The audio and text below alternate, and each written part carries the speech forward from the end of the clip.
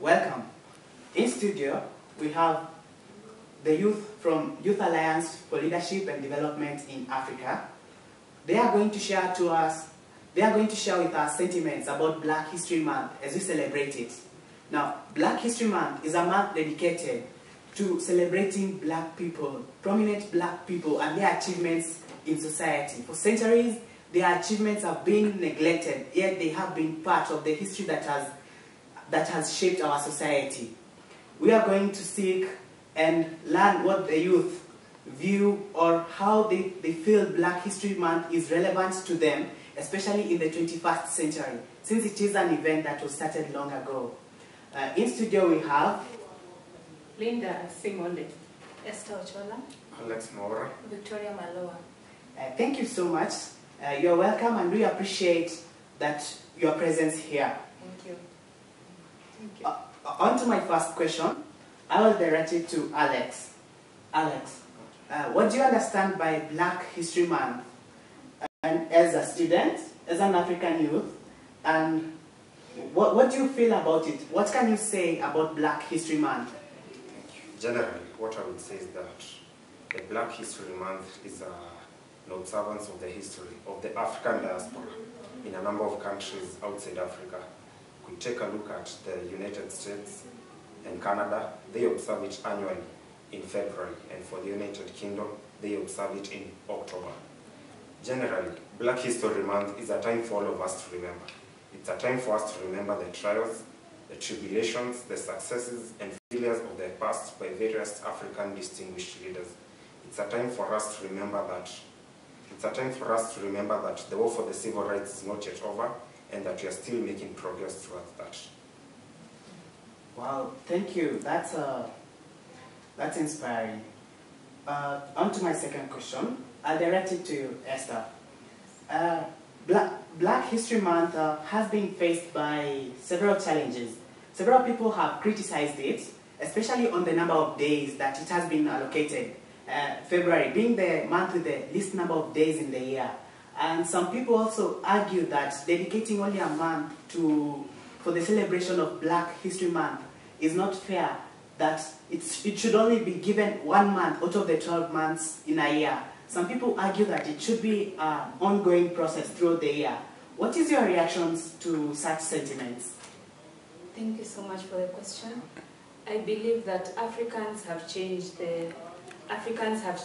the way international relations is conducted, and though for the longest time they've been marginalized, they are still remembered by Africans.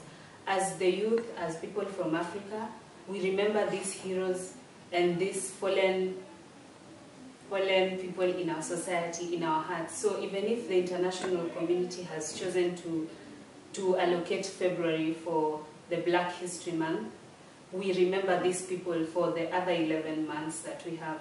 And where the international community's attitude towards Africa has not been fully appreciated. But we know that with time we will get there, and it's up to us to take us where we want to go. Thank you so much, Esther. You're very optimistic. I like that. And then to Linda, Esther talked about heroes that have contributed to African history.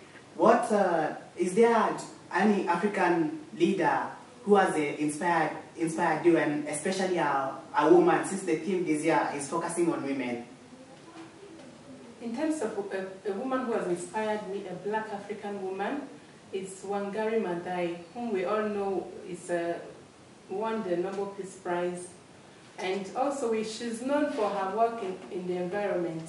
And what I admire most about her is the fact that she has shown in her life that an African woman has a lot to contribute to society.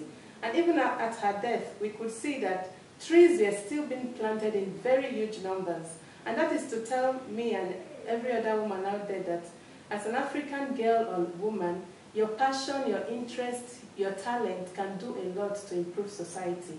And so we are proud of her as a Black African woman. Thank you so much for your sentiments. And then to Victoria, the youth it has been argued, do you think the youth in Africa are taken into account or in decision making, or they are just assumed? Okay, thank you very much. For that question, most people look at, in terms of decision-making processes, most youth normally feel alienated, especially in the political field.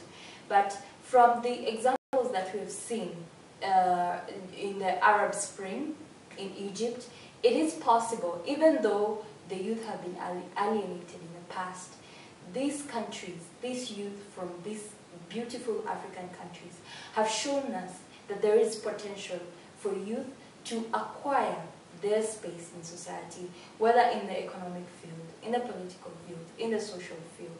Even though we have been alienated in the past, we still have the potential, we still have the strength, we still have the unity, the morale to act upon that. Thank you. Thank you so much, Victoria.